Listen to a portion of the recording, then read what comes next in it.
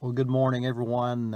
Before I venture out into the drizzle and head inside, I just wanted to share with you a little bit from the parking lot. I want to invite you on Sunday again at 10 a.m. to come and join with us as we worship together. We will be having an in-person worship service again this Sunday, pending, of course, any last-minute changes in our recovery phase. If we move to red, of course, there won't be an in-person worship service. But at this point, we're on orange, and we are allowed to have an in-person worship service with all of the appropriate precautions in place. So I encourage you to come and be part of that if you're able. If you're not able, why don't you join us via the live stream? And you can find us at Gary Baptist Church. Just put that into your YouTube search and it'll come right up for you. Are you a good person when it comes time to wait? I ask that question because many of us have the ongoing experience, especially during this pandemic, of being people who have to wait. We have to wait perhaps in longer lines. We have to wait for services that we had been used to having a little bit easier at our disposal.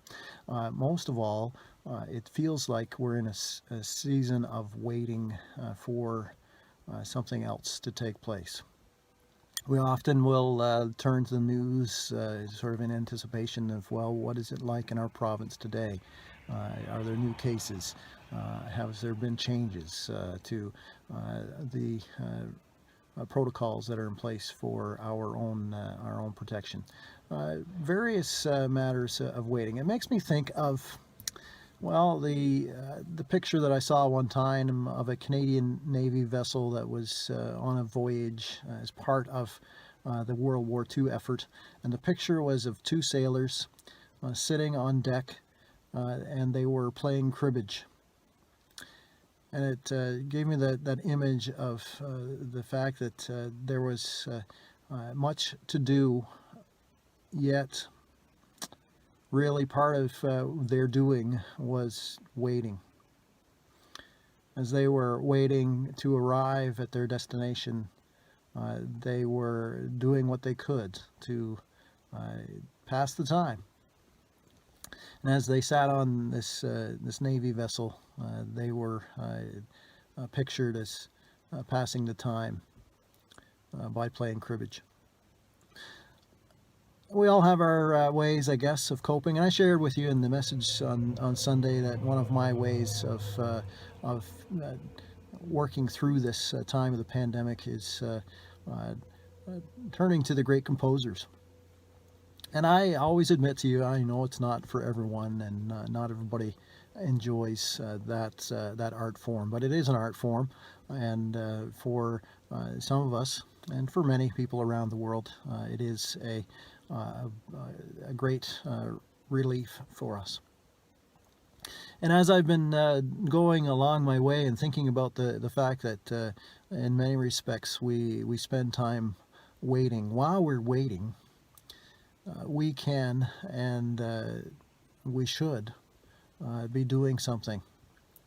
And one of the composers, and I mentioned him on Sunday, is Mendelssohn.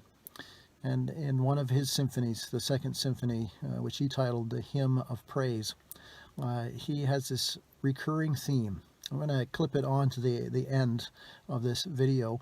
It's that recurring theme of bum ba ba ba ba ba ba, and that as it rings through our minds, as it rings through my mind, I have discovered that recurring theme was Mendelssohn's way of saying, everything that has breath, praise the Lord. That was the statement that he was making with that recurring bit of music.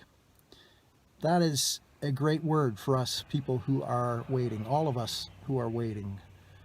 As we wait upon the Lord, as we trust in Him for strength, we ought to, and we can, most naturally, be just as easy as the next breath that we have. Let everything that has breath praise the Lord. Let's be praising Him Let's do it most naturally. Let's do it as part of our process, as part of our journey, as part of this time of wondering and waiting and seeing what the Lord can and will do. So I ask you, Lord, ask you folks to be praising the Lord today, and let's take that word to heart. Let everything that has breath praise the Lord. Here's a clip of the National Orchestra of France. A couple of clips for you to give you a feel for the sound of that theme. And as you hear it, let everyone that has breath praise the Lord. Hope you're having a great day. God bless you.